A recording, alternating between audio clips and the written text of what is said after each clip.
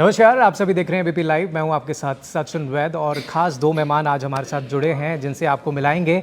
और अगर आप बहुत पसंद करते हैं एमएमए फाइटिंग्स को, यूएफसी के बारे में भी आपने बहुत सुना होगा, तो हमारे देश को गौरव कराने वाले अंशुल जुबली हमारे साथ मौजूद हैं और कोच सिद्धार्थ सिंह भी हैं। बहुत बहुत स्वागत है आपका एबीपी लाइव में। Thank you so much, thank you for having us. तो इंट्रोडक्शन की कोई ज़रूरत नहीं है। पिछले 2 हफ्ते में कमाल का परफॉर्मेंस अंशुल जुबली की तरफ से निकल कर आया और बहुत ज़्यादा मेहनत जो है पीछे की, उसके बारे में भी जानेंगे क्योंकि कोच भी हमारे साथ हैं। और सबसे पहले अंशुल, आपका स्वागत है। कैसे आप देखते हैं, क्योंकि जो जिस जीत की दरकार थी, जिसके लिए आप काफ़ी टाइम से मेहनत भी कर रहे थे, वो आखिरकार मिल गई है? हाँ, ये बोल सकते हैं कि इस जीत की दरकार बहुत टाइम से थी। इंडियन एमएमए को जो भी एमएमए को फॉलो करता है, यूएफसी को फॉलो करता है, वो हर कोई चाह रहा था कि कोई इंडियन एथलीट जाके यूएफसी में इंडिया को रिप्रेजेंट करे और सबको बताए कि इंडियंस भी वो फाइटर स्पिरिट हम में भी है। जी, तो आपको बता दें कि पहले भारतीय फाइटर हैं जो कि वहाँ पर जाकर के जीत हासिल करके आए हैं और लास वेगस में ये फाइट हुई थी जहाँ पर ये जीत हासिल करी है। इंडोनेशियन फाइटर को इन्होंने फाइनल राउंड्स में हराया है। सिद्धार्थ, आपसे जानना चाहेंगे क्योंकि आप एक शुरुआत से जुड़े हुए हैं, ट्रेनिंग दे रहे हैं, डाइट दे रहे हैं, ये एज एन इंडियन भी एक बहुत गर्व की बात है क्योंकि इंडिया से निकल के हमारे यहाँ से फाइटर्स जा रहे हैं और रिप्रेजेंट कर रहे हैं और जीत आ रहे हैं। जी, काफ़ी समय तक ये बिलीफ ही नहीं था इंडियन फाइटर्स में या इंडियन फैंस में कि कोई इंडियन कभी होम ग्रोन इंडियन जो यहाँ पैदा हुआ है, यहाँ उसकी परवरिश हुई है, वो बाहर जाके यूएफसी में खेलेगा और खेलेगा नहीं जीतेगा, वो बिलीफ ही नहीं थी। तो मैं हमेशा बोलता हूँ कि जो 1983 का क्रिकेट का वर्ल्ड कप था, जब इंडिया ने वर्ल्ड कप जीता था, उसके बाद ही क्रिकेट ग्रो हुआ। आई थिंक वही सेम लेवल पे अंशुल जुबली ने जाके यूएफसी में खेला है, यूएफसी में जीता है और जीतता रहेगा। आई थिंक इसकी वजह से ही एमएमए इस देश में ग्रो होगा। आपकी एक जो लाइन है वो बहुत मशहूर हुई है, नमस्ते, अब जाके जो वहाँ आपने बोला है और इंडिया यहाँ पर आ चुका। मैं चाहूँगा एक बार आप हमारे दर्शकों के लिए वो ज़रूर कहें। हाँ, तो मैं आपके दर्शकों के लिए ये बोल सकता हूँ, नमस्ते ABP news, Anshul jubilee and coach Siddharth is here. तो हाँ, तो मैंने जो नमस्ते यूएफसी बोला था वो उस तरीके से मैं चाहता था कि ये सबको बताना कि इंडियन फाइटर्स जो है, जो वो हम में भी वो एक वॉरियर स्पिरिट है। हमारी ब्लड लाइन भी वॉरियर से होके आती है। तो और बाहर लोग क्या है, क्योंकि इस तरीके से इंडिया को बाहर की मीडिया ने दिखाया है कि इंडियन सिर्फ योगा करते हैं या फिर वो इंजीनियर्स, डॉक्टर है या फिर होटल्स में काम करते हैं। एज अ फाइटर एक्सेप्ट ही नहीं करते बाहर के रशियंस फाइटर्स या फिर अमेरिकन फाइटर्स, ये एक्सेप्ट ही नहीं करते कि इंडिया से कोई फाइटर आ सकता है। तो इसलिए मुझे वो बताना था कि नमस्ते, जैसे नमस्ते आप किसी भी धर्म के हो, किसी भी जाति के हो, लेकिन अगर आप इंडियन हो तो नमस्ते आपके साथ जुड़ा है। तो इस तरीके से मैंने बोला था, नमस्ते UFC, India is here now. अब India, we have arrived, India is here. आपके थोड़ा सा पीछे मैं लाइफ के बारे में जानूँगा। शुरुआत में आपकी तो फैमिली में भी हम कह रहे थे कि आर्मी के अंदर आपके पेरेंट्स भी रहे हैं, फादर रहे हैं, तो उसके बाद आपका झुकाव कैसे हुआ फाइटिंग की तरफ, क्योंकि आप खुद आर्मी में शायद जाना चाहते थे? हाँ, मेरे फादर बीएसएफ में थे, पैरामिलिट्री फोर्स में, बॉर्डर सिक्योरिटी फोर्स। वो अब रिटायर्ड हैं, वो 2016 में रिटायर आ गए थे। तो हाँ, मैं काफ़ी एस्पिरेंट था आर्मी में जाने को, क्योंकि मैंने हमेशा से वो फ़ौज की लाइफ देखी थी और मुझे फ़ौज में जाना था। मेरे को लगता है कि मैं जो एमएमए में आया हूँ वो मुझे फ़ौज की जो मेरी इच्छा थी जाने की, उसने ही वो मोड़ दिया है। क्योंकि मैंने एमएमए स्टार्ट इसलिए किया था क्योंकि मैं सीडीएस के इंटरव्यू में कुछ ना कुछ ये बोलना चाहता था कि मैंने कुछ ग्रेजुएशन के अलावा, पढ़ाई के अलावा और कुछ किया है हट के। तब मैंने एमएमए ज्वाइन किया कि मेरे करियर में हेल्प होगा, अगर मैं एसएसबी जाऊंगा, सीडीएस के इंटरव्यू के लिए जाऊंगा तो वहाँ पे हेल्प होगा। तब मैंने एमएमए सिर्फ सर्टिफिकेट्स के लिए किया था और फिर धीरे धीरे मैं इसके प्यार में पड़ गया। मुझे रियलाइज़ हुआ कि I am in love with this sport और मैं दिन भर इसी के बारे में सोचता रहता हूँ। इस तरीके से एमएमए की शुरुआत हुई। सिद्धार्थ, आप ऑस्ट्रेलियन फाइट क्लब के फाउंडर भी रहे हैं और ब्राउन बेल्ट भी आपने जीता है शिट्जू के अंदर। आपकी शुरुआत साल 2012 से हुई थी, तो उस दौरान में और अब लगभग 11 साल बीत चुके हैं, कैसे आप देखते हैं, अनुभव करते हैं? जी, जब मैंने क्रॉसिंग शुरू किया था 2012 में, तो वो एमएमए को कोई जानता नहीं था और बहुत मुश्किल हो जाता था लोगों को बताना कि ये एक बहुत पॉपुलर स्पोर्ट है और बहुत ग्रो करेगा फ्यूचर में। स्कूल में था तब तो और WWE ही पता था। हाँ, तो काफ़ी लोगों को लगता था कि हम लोग WWE सिखा रहे हैं, बट जब आते थे और स्पोर्ट के बारे में पता करते थे, तब उनको पता चलता था एक्चुअली स्पोर्ट ग्रो करेगा। बट मेरा हमेशा गोल यही था कि 10 साल में एक इंडियन को UFC में ले जाना है। कैसे क्या कुछ पता नहीं था, बट शुरू कर दिया हम लोगों ने और 10 साल लगे अंशुल जुबली को लाने में UFC में, बट अब आ गए हैं। और अब आई थिंक काफ़ी लोग बिलीव करते हैं कि वो 10 साल अच्छे 10 साल थे, अच्छे स्पेंड किए, क्योंकि आप कुछ भी कर सकते हैं 10 साल में। तो मेरा गोल था इंडियन को UFC में लाना, तो यही किया 10 साल में। अंशुल, अगर हम बात करें आपसे, तो अगर हम भारत की बात करें तो भारत में WWE, WWF शुरू से हम देखते आए हैं, बड़े हुए हैं और फैंस रहे हैं।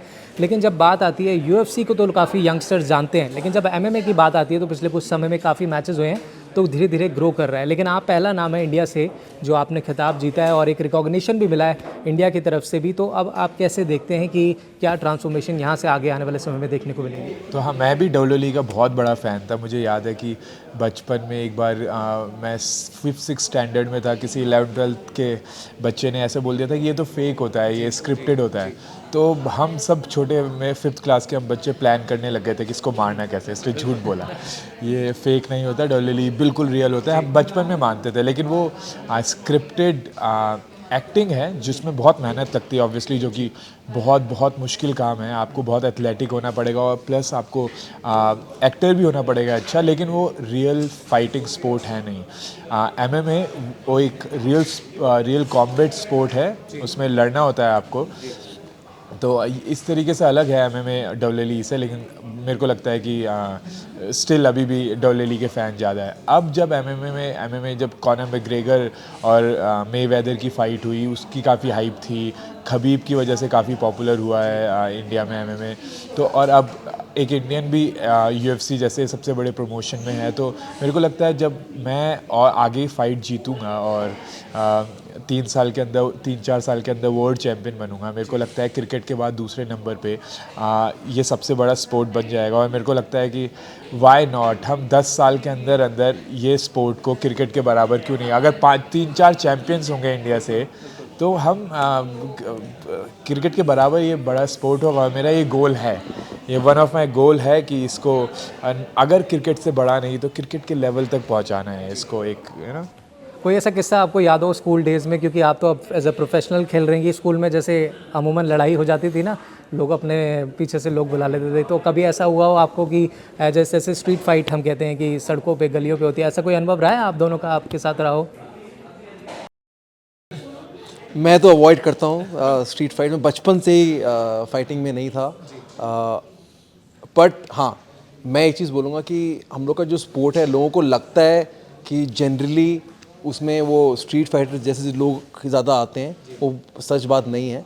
एक्चुअली हम लोग का स्पोर्ट काफ़ी डिसिप्लिन वाला स्पोर्ट है। ये एक स्पोर्ट है जिसमें आपको टाइम पे आना है, प्रोफेशनल रहना है, डेडिकेटेड, हम्बल अगर आप रहेंगे। और अंशुल आपको बता सकेगा कि ट्रेनिंग इजी नहीं होती है। काफ़ी लोग MMA में आते हैं सोच के कि हम मारेंगे, बट रियलिटी है कि आप जितना मारते हैं उससे ज़्यादा आपको पड़ती भी है। तो स्पोर्ट बहुत डिफ़िकल्ट है। सिर्फ वो लोग जो पेशेंट हैं और जो सीखना चाहते हैं और जो हारना जानते हैं ट्रेनिंग में, वही स्पोर्ट में सक्सेसफुल हो सकते हैं। तो मैंने कभी स्ट्रीट फाइट की नहीं, अंशुल ने की है, वो बता सकता है।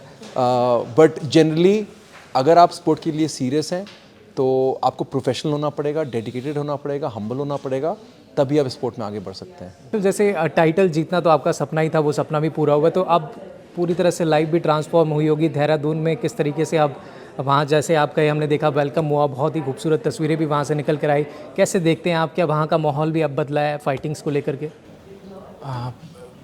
मेरे लिए बहुत बहुत ज़्यादा ओवरवेलमिंग है, क्योंकि मैंने इस स्पोर्ट में, आप ऑब्वियसली मैंने 5 साल पहले क्रॉस ट्रेन में आके प्रोफेशनली स्टार्ट किया ये कोच सिद्धार्थ के अंदर। मैं हमेशा से सपने तो एक फ़ाइटर्स देखता है, या हर कोई अपने सपने देखता है कि मैं वर्ल्ड चैम्पियन बनूंगा, ये होगा वो होगा, और मैं इस तरीके से बेल्ट उठाऊंगा, या इस तरीके से मेरा हाथ ब्रूस बफर मेरा नाम अनाउंस करेगा। ये सब मैंने सब छोटे छोटे सपने देखे थे, लेकिन जो मैंने कभी नहीं सोचा था वो फेम के बारे में। मैंने कभी नहीं सोचा था कि इस स्पोर्ट में फ़ेम भी आ सकता है, या फिर मैं फेमस हो जाऊंगा। लोग, और फेमस तो फेमस, लोग मुझे इतना प्यार करेंगे, इतना प्यार दिखाएंगे, और जिस तरीके से लोग आके मिलते हैं और ये बोलते हैं कि आप मेरी इंस्पिरेशन हो, वो तो मुझे ऐसा कर देता है कि इंस्पिरेशन मैंने लाइफ में अभी तक, मेरे को नहीं लगता कुछ भी ऐसा किया है कि मैं किसी को ज्ञान बांट सकूं या इंस्पिरेशन बोल सकूं कि मैं इंस्पिरेशन हूं। लेकिन लेकिन हाँ, अगर ये हो रहा है तो अच्छी बात है, और मेरे लिए बहुत बहुत खुशी की बात है जब मैं इस तरीके से प्यार देखता हूँ। मुझे लगता है कि अब मेरे ऊपर और रिस्पॉन्सिबिलिटी है, मुझे रुकना नहीं है, मुझे और मेहनत करनी है। क्योंकि अगर लोग आपको इतना प्यार दिखा रहे हैं और इतना सपोर्ट कर रहे हैं, आपको पुश कर रहे हैं, तो मेरी ज़िम्मेदारी बनती है कि उनको रिप्रेजेंट करूं और अपना 110% दूं।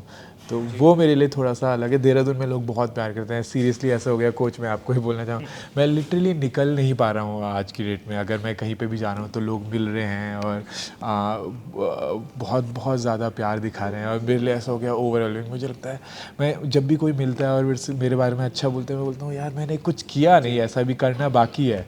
तो और मैं नहीं चाहता कि वो मेरे सर पे भी चढ़े।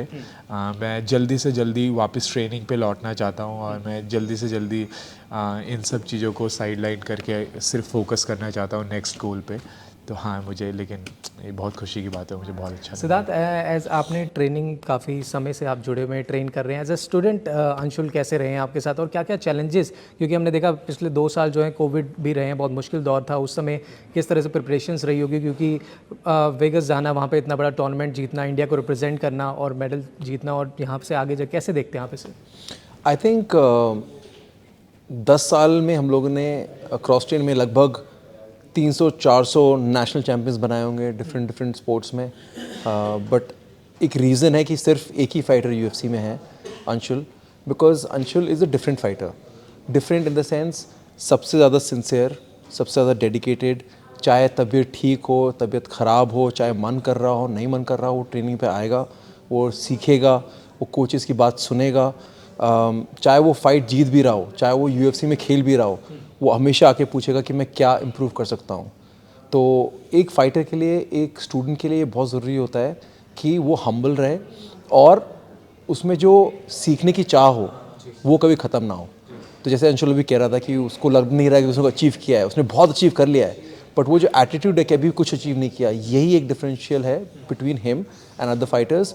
वो उसको हम्बल रखेगा, वो सीखता रहेगा, और मेरा तो कोई डाउट नहीं है कि अगले 2 से 3 साल में ये यूएफसी का चैम्पियन होगा। एंड रीज़न यही है क्योंकि वो सीखने से डरता नहीं है, वो हारने से डरता नहीं है, वो सीखता रहेगा, इम्प्रूव करता रहेगा। और मेरे ख्याल से अभी अंशुल लगभग 70% कैपेसिटी पे है, उसका पोटेंशियल जो है उसका 70% पे है। जब ये 95% होगा, दुनिया को दिखेगा, तब वो बेल्ट जीतेगा। आप कह रहे हैं कि जैसे आने वाले 10 सालों में तस्वीर और बदलेगी, और भी बहुत सारे फाइटर्स इंडिया से निकलेंगे और नाम होगा देश का इसके अंदर, लेकिन ये मैं आपसे थोड़ा सा और चाहूँगा कि आप इसमें बताएं, क्योंकि बहुत सारे व्यूअर्स हैं, यंगस्टर्स हैं जो आना चाहते हैं, अंशुल की तरह ही परफॉर्म करना चाहते हैं। रोड टू यूएफसी जो है, जो देख करके बहुत एक्साइटेड हो जाते हैं यंगस्टर्स, उनके लिए आप क्या मैसेज देना चाहेंगे कि किस तरीके से वो वहाँ तक पहुँच सकते हैं? जी, बहुत ज़रूरी चीज़ है, पहले आप एक अच्छे ट्रेनिंग सेंटर को ढूंढिए। इंडिया में बहुत सारे ऐसे ट्रेनिंग सेंटर्स हैं जहाँ पर क्वालिफाइड कोचेज़ नहीं हैं। तो आप हमेशा ज्वाइन करने से पहले देखिए कि आपके कोचेज़ के क्या अचीवमेंट हैं, उनका क्या बैकग्राउंड है, उनने खुद कंपटीशन खेला है कि नहीं खेला है, कितने कोचेज़ हैं, स्टूडेंट्स का क्या परफॉर्मेंस रहा है। अगर आपको करियर बनाना है तो ये चीज़ें बहुत ज़रूरी हो जाती हैं। नेक्स्ट चीज़ होती है, आपको खुद को देखना पड़ता है, आप डेडिकेशन और कमिटमेंट दे सकते हैं कि नहीं दे सकते हैं। आपको दिन में 6 घंटे ट्रेनिंग करनी पड़ेगी।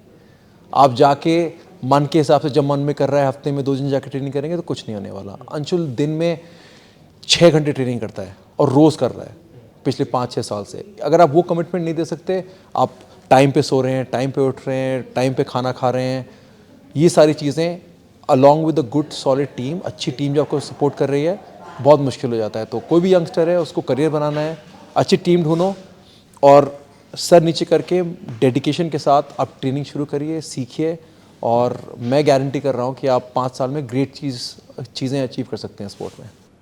आपने जीत के बाद यूएफसी प्रेसिडेंट डाना से भी आपकी मुलाकात हुई, और एक मैसेज भी याद आता है जो आपने 2 साल पहले उनको भेजा था कि 2023 में आप आएंगे और जीत के ले जाएंगे, तो वो हुआ, बिल्कुल एज अ रियलिटी भी हुआ है। उसके बारे में आप बताइए एक्सपीरियंस। हाँ, 1.5 साल पहले मैंने अराउंड मैसेज किया था डेना वाइट को कि मैं सिर्फ एक ही मैसेज करना चाहता था। तो मैं इस तरीके से मैसेज नहीं करना चाहता था कि मैं गुड फाइटर, मेरा ये रिकॉर्ड है और मुझे यूएफसी में ले लो। मैं बस ये बताना चाह रहा था कि यूएफसी में तो मैं आ रहा हूँ, बस मैं आपको अभी बता रहा हूँ, 1.5 साल पहले मैं आपको बता रहा हूँ कि मैं UFC में 2023 में आ जाऊँगा, और 2023 स्टार्ट हुआ है, मैं UFC में हूँ। उसके बाद मैंने एक और मैसेज किया था उन्हें, 2026 में मैं वर्ल्ड चैम्पियन हूँगा। तो बस एक गोल तो पूरा हो गया, next on to the next one. अब 2026 की तैयारी है। मुझे ऑब्वियसली अभी मैं नहीं बोल सकता कि मैं टॉप 5 में चैम्पियनशिप कैलिबर अभी है मेरा, बिल्कुल नहीं है। लेकिन आज से 2 साल पहले मेरा UFC कैलिबर भी नहीं था, लेकिन मैंने वो सारी चीज़ें सही करी जो एक UFC फाइटर्स क्या है, क्रीम ऑफ द क्रीम्स है। अब फाइटर्स के सबसे ज़्यादा जो क्रीम है वो UFC में फाइटर्स हैं।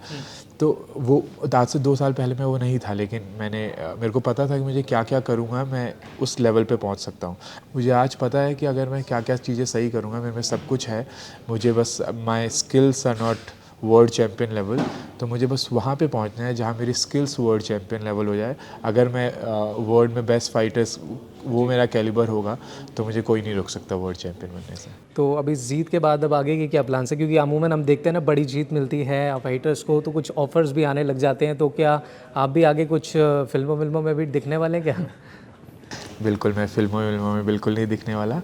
मेरा सिर्फ एक ही गोल है, मुझे सिर्फ एक ही चीज़ समझ में आती है, एक ही ख्वाब है, वो है UFC में वर्ल्ड चैम्पियन बनना, first ever Indian UFC champion. वो सिर्फ मेरे दिमाग में ये सब चलता है, बाकी मेरे दिमाग में और कुछ नहीं चलता। चाहे कोई ऑफ़र आए ना आए, मुझे कुछ भी अगर कोई भी बात होती है, कोई भी ऑफ़र आता है, तो मैं कोच सिट की तरफ कर देता हूँ कि प्लीज़ देखो। और मैं डिस्ट्रैक्ट नहीं होना चाहता बिल्कुल। मेरे को लगता नहीं है कि किसी भी और चीज़ों से मैं डिस्ट्रैक्ट हो सकता हूँ।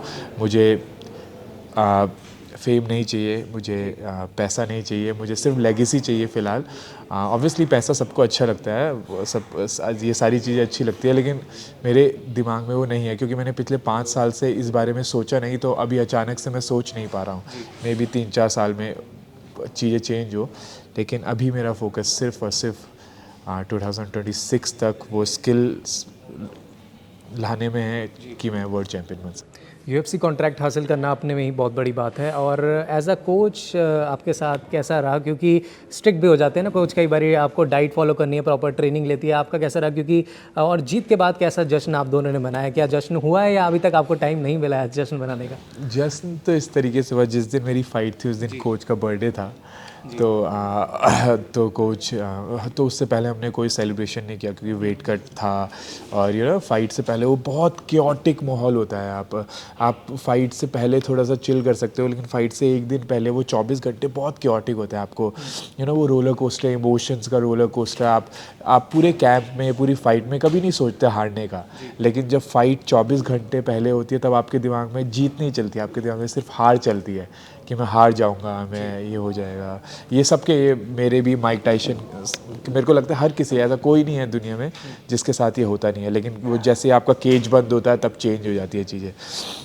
लेकिन तो कोच का बर्थडे भी था उस दिन, हमने सेलिब्रेट नहीं किया। ऑब्वियसली वो अंडरस्टैंडिंग है कि ये सेलिब्रेशन अभी नहीं हो सकता, तो हमने सेलिब्रेट नहीं किया। बट आपने गिफ्ट उनको दे दिया, बहुत बढ़िया गिफ्ट आपने दिया।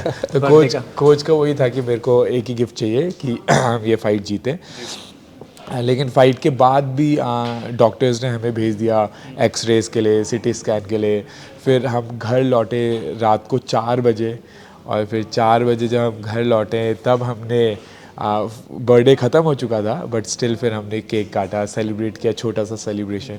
तो यही फ़ाइट गेम की आप ब्यूटी ले लो या आप अनफॉर्चुनेट है कुछ भी, लेकिन आप ऐसे बड़े बड़े मूवमेंट्स, फेस्टिवल्स और बर्थडे आप इस तरीके से सेलिब्रेट करते हो हॉस्पिटल्स में। हमने बर्थडे हॉस्पिटल में सेलिब्रेट कर रहे थे। ये कैसे हुआ? मतलब हॉस्पिटल, मतलब ऑब्वियसली जब CT स्कैन और मेरा एक्सरे के लिए ले गए तो हॉस्पिटल में थे हम। तो उस टाइम पे कोच का बर्थडे चल रहा था, तो अब कोच मेरे लिए आइस ला रहे थे। और हम लोग बैठे हुए हैं, अंशुल को लेटा हुआ है अंशुल, उसको मैं आइस लगा रहा हूँ। इमरजेंसी रूम है, तो ये सब जीतने के बाद फाइट खत्म हो गई है, सेलिब्रेशन का टाइम है, हम लोग हॉस्पिटल में बैठे हुए हैं रात को 2 बजे किसी, और हॉस्पिटल इमरजेंसी रूम है, तो कोई आ रहा है उसका पैर टूटा हुआ है, कोई आ रहा है उसकी गर्दन टूटी हुई है, किसी का हाथ टूटा हुआ है, हम लोग यही देख रहे हैं 3-4 घंटे से।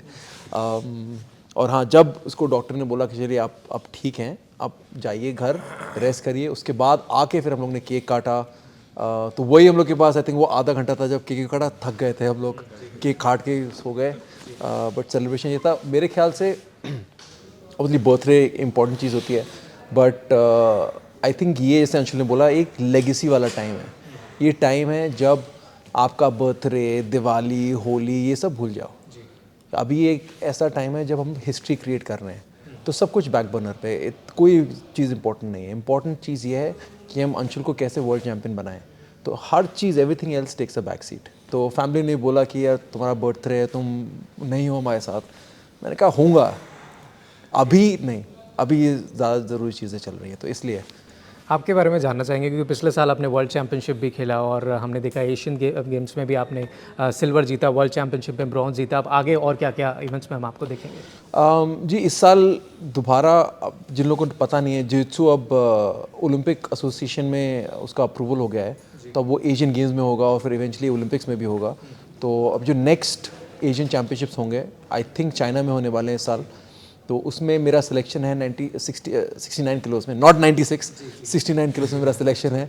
तो मैं इंडिया को रिप्रेजेंट करूँगा और पूरी कोशिश करूँगा कि इंडिया को मेडल दिलाऊँ। अगेन इंडिया को कभी जित्सु में मेडल नहीं मिला है एशियन गेम्स में, तो मेरा पूरा एफर्ट रहेगा कि इंडिया के लिए। मैं चाहूँगा कि आप थोड़ा व्यूअर्स को जित्सु के बारे में भी थोड़ा सा जानकारी दें, क्योंकि बहुत सारे लोग इसके बारे में भी जानना चाहते हैं। जी, तो जैसे अंशुल मिक्स मार्शल आर्ट्स करता है, मिक्स मार्शल आर्ट्स में 4 मेन मार्शल आर्ट्स सीखने पड़ते हैं। बॉक्सिंग, जिसमें आप पंचेस थ्रो करते हैं, मुआय थाई या किक बॉक्सिंग, जिसमें आप पंचेस, किक्स, नीज, एल्बोस चलाते हैं। उसके बाद रेसलिंग, जैसे हम लोग क्या कुश्ती होती है, रेसलिंग करते हैं। और आखिरी एलिमेंट होता है ग्राउंड फाइटिंग, जिसको हम जिजित्सु बोलते हैं। तो मैं कंपटीशन खेलता हूँ जिजित्सु में, जिसमें ग्राउंड फाइटिंग होती है, जिसमें हम टेक्निक को इस्तेमाल करके ग्राउंड में ओपोनेंट को कंट्रोल करते हैं। उसके पोटेंशली उसका हाथ तोड़ सकते हैं, शोल्डर तोड़ सकते हैं, उसको अनकॉन्शियस कर सकते हैं चोक करके। तो ये जिसको का स्पोर्ट होता है, एक काफ़ी स्ट्रॉन्ग स्पोर्ट है कि जिसको टेक्निक्स आती हैं वो अपने से डबल साइज़ के आदमी को भी आराम से हरा सकता है। इसलिए हम लोग काफ़ी विमेन को सिखाते हैं, क्योंकि काफ़ी टाइम जो सेल्फ डिफेंस सिचुएशन में विमेन पे अटैक होते हैं, ग्राउंड पे होते हैं, अटैकर वुमेन को नीचे गिराता है, ऊपर बैठ जाता है। जित्सु को यूज़ करके विमेन खुद को बचा सकती हैं और एक्चुअली जो अटैक कर रहा है उसको अटैक कर सकते हैं टेक्निक्स के साथ। तो जित्सु का स्पोर्ट ये होता है, ग्राउंड फाइटिंग का स्पोर्ट। बेसिकली जित्सु को ह्यूमन चेस भी बोलते हैं। अब आप जिस तरीके से चेस खेलते हो, क्योंकि आप एक ट्रेन एथलीट है, मैं भी ट्रेन एथलीट हूँ, तो मुझे मैनिपुलेट करना है उसकी बॉडी को, उसको मैनिपुलेट करना है मेरी बॉडी को, और हमें एक दूसरे को हम ट्राई कर रहे हैं कि वो हार मान जाए कि मैं, और वो चाह रहा है कि मैं हार। तो ह्यूमन चेस है एक, और बहुत ही ब्यूटीफुल स्पोर्ट है। मेरे को लगता है सबसे ज़्यादा इंटेलिजेंट स्पोर्ट दुनिया में कोई है तो वो जिजित्सु है, क्योंकि एक किस्म का चेस है, और वो भी जब आपको फिजिकल चेस है।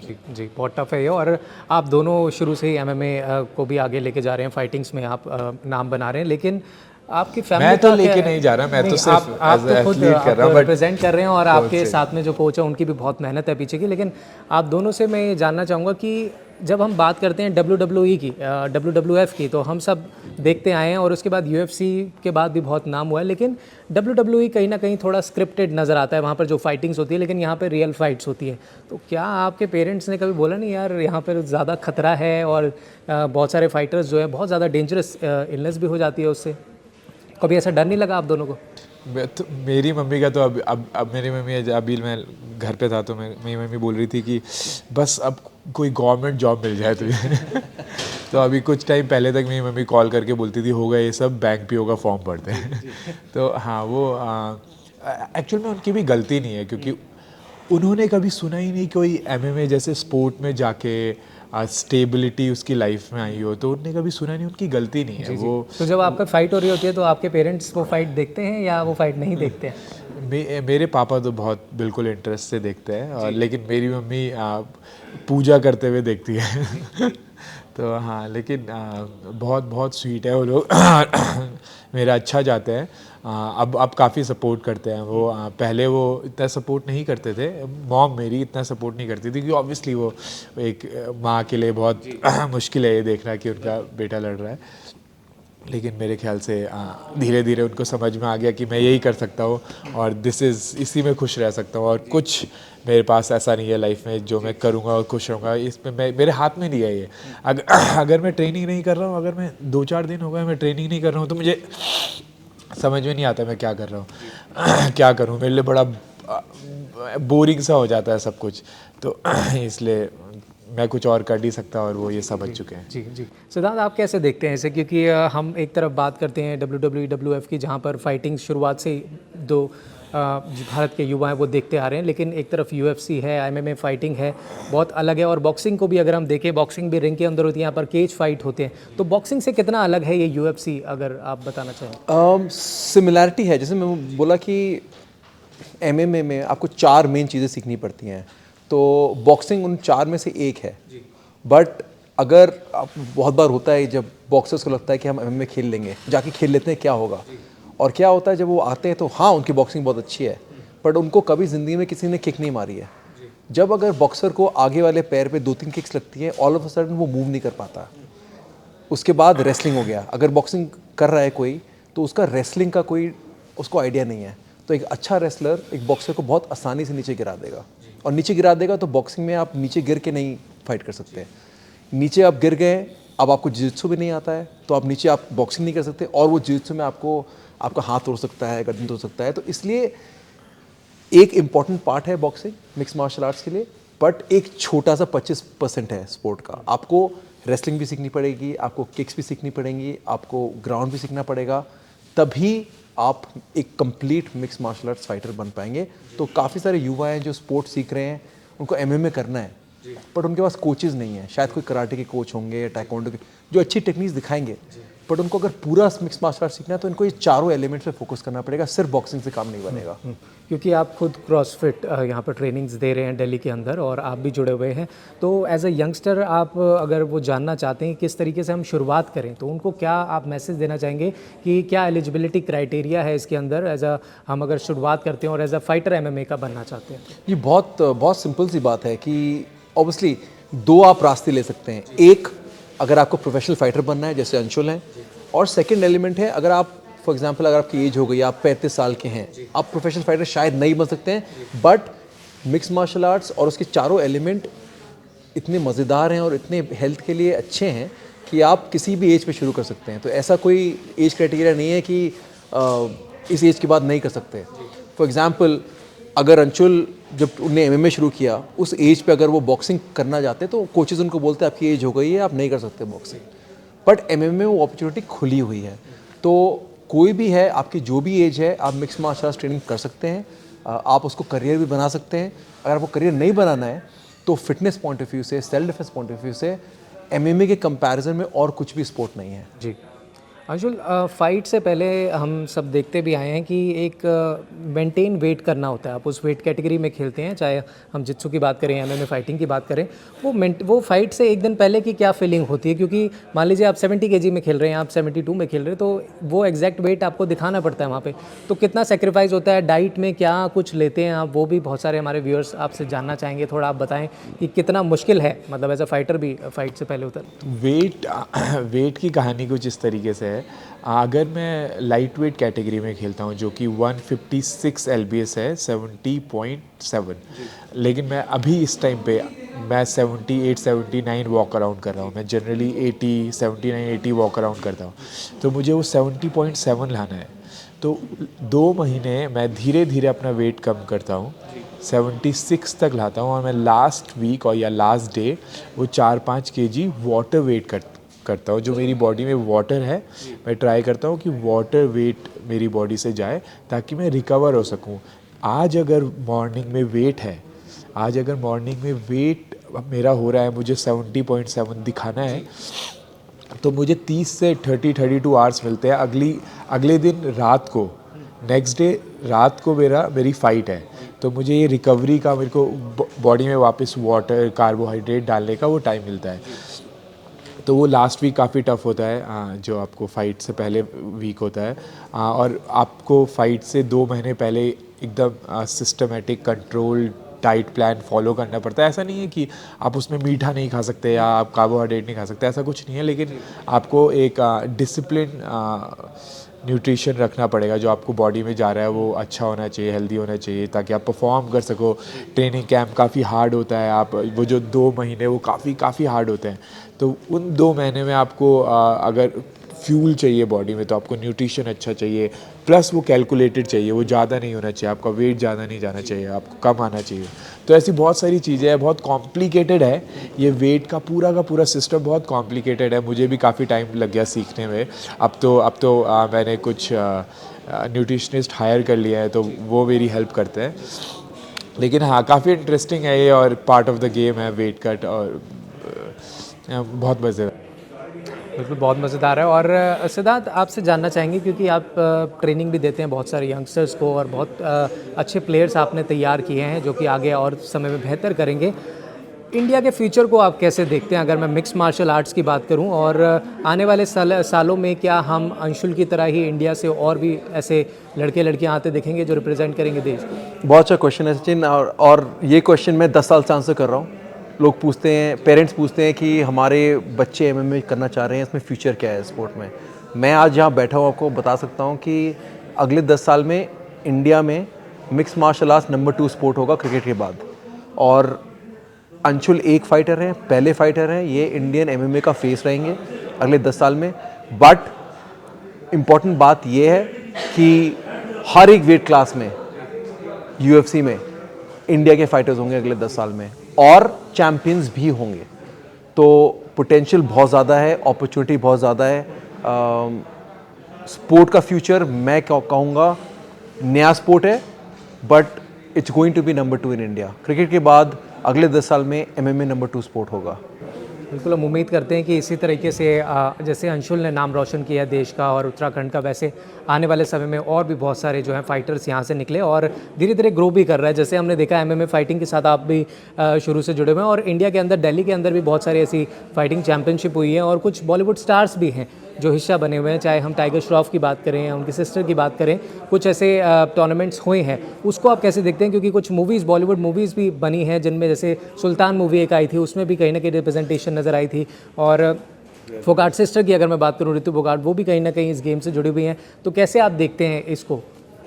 ये मेरे को लगता है बहुत इम्पॉर्टेंट है। अगर बॉलीवुड ट्राई करेगा कि एमएमए को प्रमोट करने के लिए, तो ये बहुत अच्छी बात होगी एमएमए के लिए।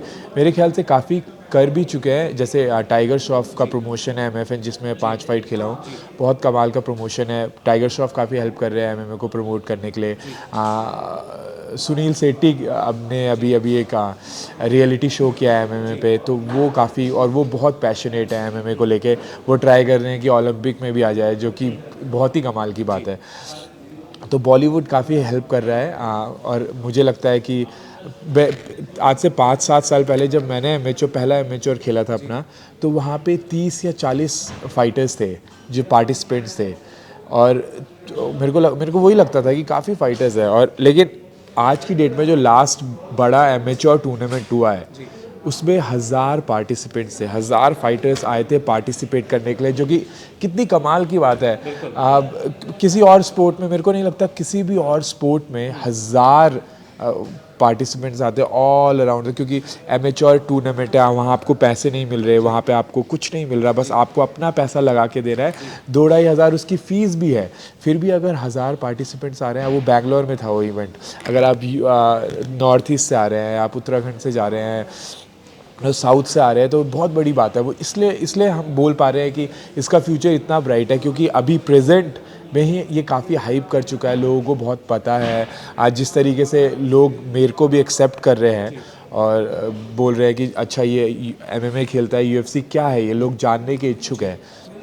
बहुत कमाल की बात है, मुझे लगता है फ्यूचर बहुत ब्राइट है।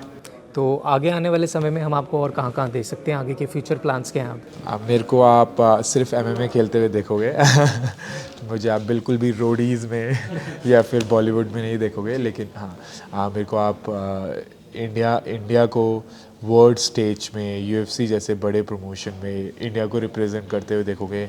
मेरी पूरी कोशिश ये रहेगी कि मैं एक वो लेगेसी रख सकूँ इंडियन एमएमए के लिए या फिर इंडिया के लिए कि हम प्राउडली ये बोल सके कि हम बेस्ट फाइटर्स हैं, हम बेस्ट फाइटर्स हैं दुनिया में। तो हाँ, ये मेरा प्लान है। बिल्कुल। सिद्धार्थ, कोई लास्ट एक मैसेज आप देना चाहेंगे यंगस्टर्स को जो कि खासतौर पर एमेच्योर जो हैं, और कई बार क्या होता है कि हम जीत नहीं पा रहे होते हैं तो गिव अप कर देते हैं, डिमोटिवेशन भी आ जाती है। अंशुल के साथ भी शायद कभी ऐसा हुआ होगा टाइम के टाइम कि बहुत बार ऐसा होता है जब आप अच्छा कर रहे होते हैं लेकिन रिजल्ट्स नहीं आते, तो उस सिनेरियो में क्या कुछ करें?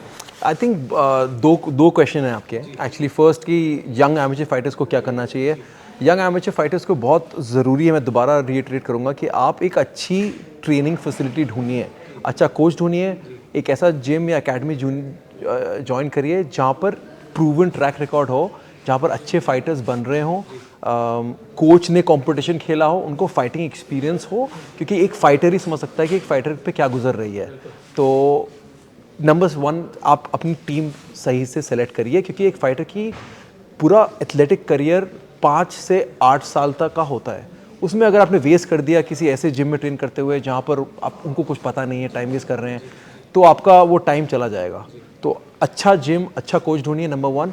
नंबर 2, अगर आप खेल रहे हैं और आप हार रहे हैं तो प्लीज़ आप डिसअपॉइंट मत होइए, स्पेशली अगर आप एमेच्योर एमएमए फाइटर हैं, क्योंकि एमेच्योर एमएमए करियर इतना इम्पोर्टेंट नहीं होता है। वो करियर इम्पोर्टेंट होता है आपको सीखने के लिए। अगर आप हार रहे हो उसमें तो कोई प्रॉब्लम नहीं है, अपनी हर हार में कुछ सीखने को मिलता है, तो आप हारिए एमेच्योर में। बट जो आपने गलतियां एमेच्योर करियर में की है वो आपको प्रोफेशनली नहीं करनी है। तो आप खेलिए जितना खेलना है, हारिए जितना खेलना है, और जब आप रेडी हैं तब आप प्रोफेशनल बनेंगे और फाइट खेलेंगे और फाइट जीतेंगे, क्योंकि आपने अपनी गलतियों से सीखा है। तो डोंट बी डिसअपॉइंटेड, अगर आप हार रहे हैं कुछ नहीं होता, पर अपनी गलतियों से सीखिए। जब आप प्रोफेशनल बनेंगे तो सारी वो डिफीट, सारे वो चैलेंजेस आपको हेल्प करेंगे प्रोफेशनल करियर में। बिल्कुल, हम भी चाहेंगे कि आप भी इसी तरह की गाइडेंस और ट्रेनिंग जो है इंडियन जो नए यंगस्टर्स हैं उनको प्रोवाइड करते रहें, बहुत हेल्प मिलती है इससे।